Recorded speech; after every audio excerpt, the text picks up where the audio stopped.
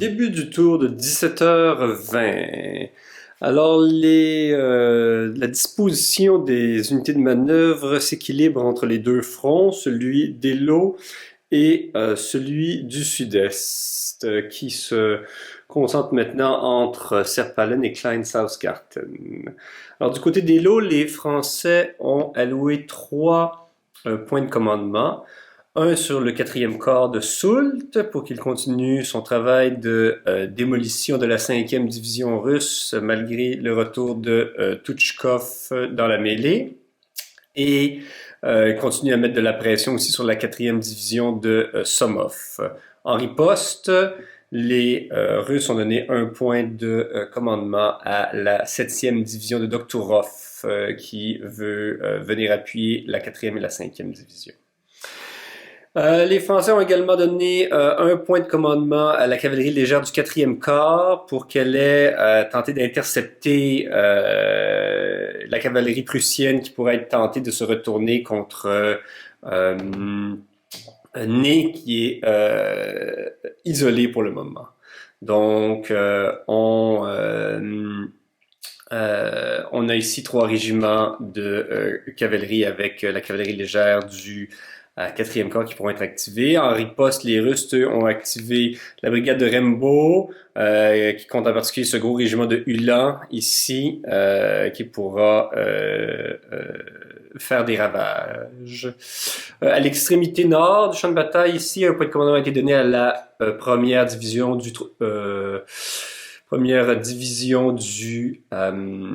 6e corps, celui de Ney, et aussi un point de division au détachement de Markov, qui compte bien utiliser son gros régiment de hussards pour mettre de la pression sur Ney.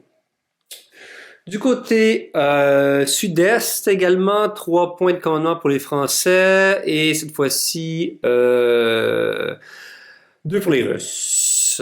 Donc, il y a un point qui a été donné au corps d'Augereau, avec ces 2 divisions qui essayent de se remettre encore une fois des assauts désastreux d'il y a 40 minutes, mais qui sont très contents que les batteries lourdes russes ici n'aient pas été réapprovisionnées en munitions. Face à eux, les Russes ont donné un point de commandement à la 3e division de Zaken et un autre au détachement de Begavou qui commence à être considérablement réduit en force, mais qui compte toujours sur une dizaine de points de force de lanciers polonais ici. Vers Klein-Sausgarten, les Français ont donné un point de commandement à la 2e division de Moran, qui espère commencer à mettre de la pression sur la 8e division russe, celle de Essen. Un point de commandement également à la 2e division de Friant. Moran, c'est la 1re division, Friant la 2e division, qui va commencer un mouvement pour prendre à revers les positions russes.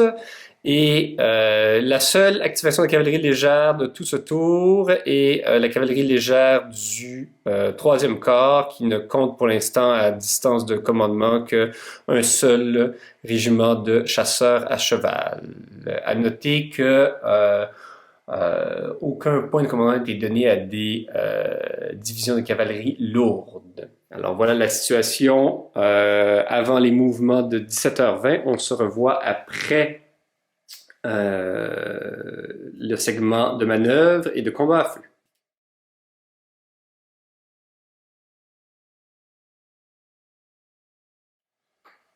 Beaucoup d'événements dans ce tour de 17h20, dont le plus notable est la capture du maréchal Ney par les Uhlans prussiens. En fait, le pauvre maréchal Ney a connu une succession de malchances. D'abord, le régiment d'infanterie légère déployé en ligne, ainsi que la pièce d'artillerie à laquelle il se trouvait, ont été désordonnés en tentant de former un carré à l'approche des hussards du détachement de Markov.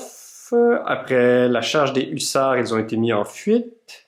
Et une fois en fuite, ils ont été chargés à l'unité de manœuvre suivante par les Uhlans prussiens, qui les ont complètement exterminés, capturant de ce fait le maréchal Ney.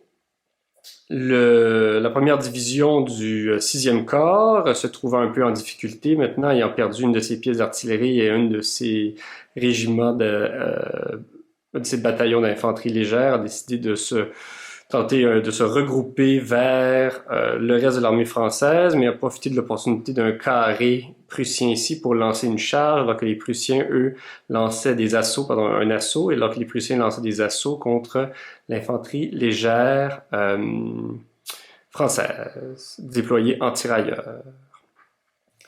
Un peu plus près des lots,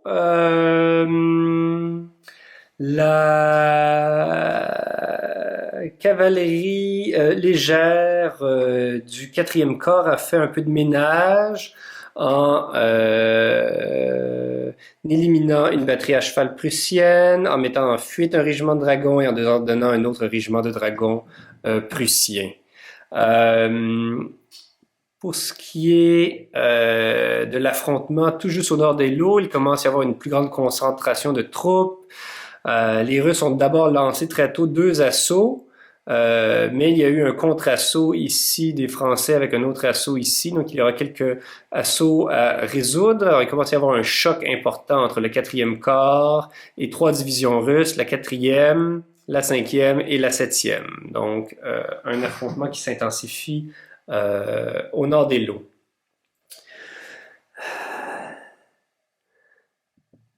Au nord de Sarpalen, on voit que les Français ont lancé 2 assauts, en particulier un qui vise à capturer une batterie lourde qui est présentement désordonnée avec un régiment de mousquetaires là, qui l'accompagne. Et ils ont aussi il y a aussi eu la cavalerie légère du 3e corps qui est venue détruire des chariots de munitions, ce qui fait que toute cette section-ci un peu a une pénurie de munitions. Il y a un chariot ici qui arrive pour les batteries légères, mais il y a vraiment une pénurie de munitions pour les Russes au niveau de la 3e et de la 8e division. Donc on verra bien ce qui va se passer de ce côté-là. Juste à l'est de Sarpalen, on voit que les Français ont fait un peu de ménage avec des tirs qui ont du succès. Ils ont éliminé un bataillon de mousquetaires et 2 bataillons d'Eguerski. Donc, ils ont aussi désordonné un autre bataillon du détachement de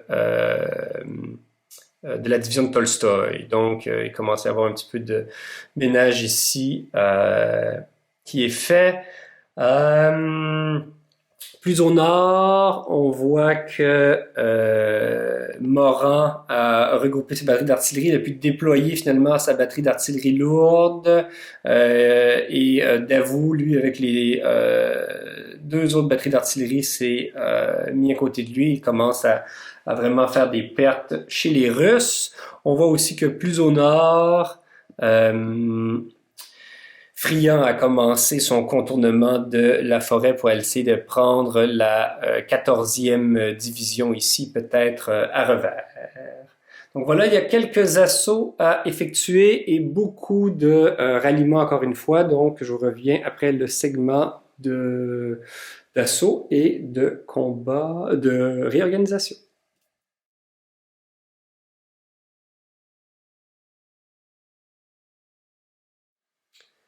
Alors les assauts ont respecté la logique. Près d'Altov, une compagnie de tirailleurs français s'est retirée. L'autre n'a pas pu se retirer, a été anéanti par le puissant feu prussien. Le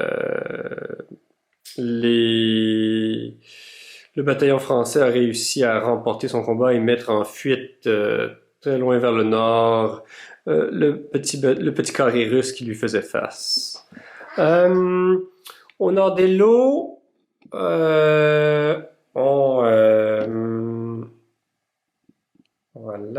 on constate que Les Français ont réussi à remporter leur assaut, mettant en fuite les grenadiers russes, alors que dans ce secteur-ci, il y avait deux assauts contre des tirailleurs.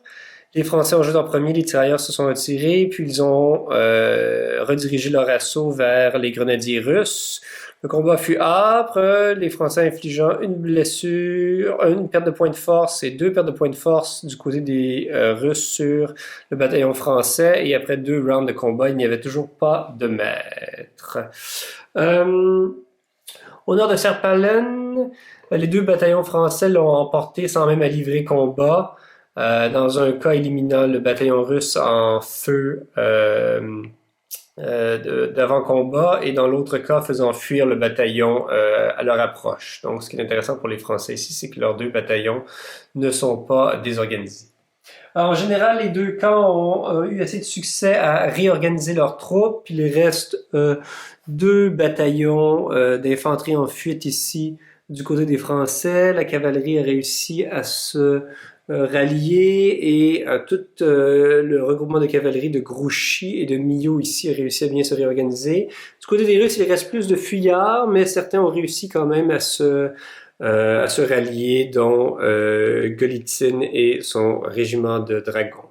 Donc, on jette un petit coup d'œil aux pertes de ce tour de 17h20 qui commence vraiment à monter. Alors, on voit les éléments du 6e corps, Ney qui a été capturé, une batterie qui a été éliminée, les tirailleurs avec l'infanterie légère avec laquelle se trouvait Ney qui a été éliminée, et aussi une compagnie de tirailleurs.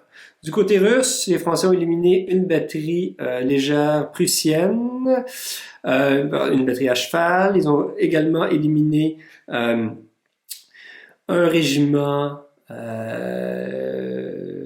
celui-ci, de la 4e division, aussi un bataillon et une batterie lourde de la 3e division, et finalement du côté du détachement de Bagavou, 2 bataillons d'Eguerski et un bataillon de mousquetaires. Donc voilà pour les pertes de 17h20. On passe maintenant à la détermination de la température pour 17h40. Et c'est un 6, surprise, -3, nous avons 3, mais ce qui nous ramène à la neige. Donc, il y aura visibilité réduite et mouvement réduit à 17h40.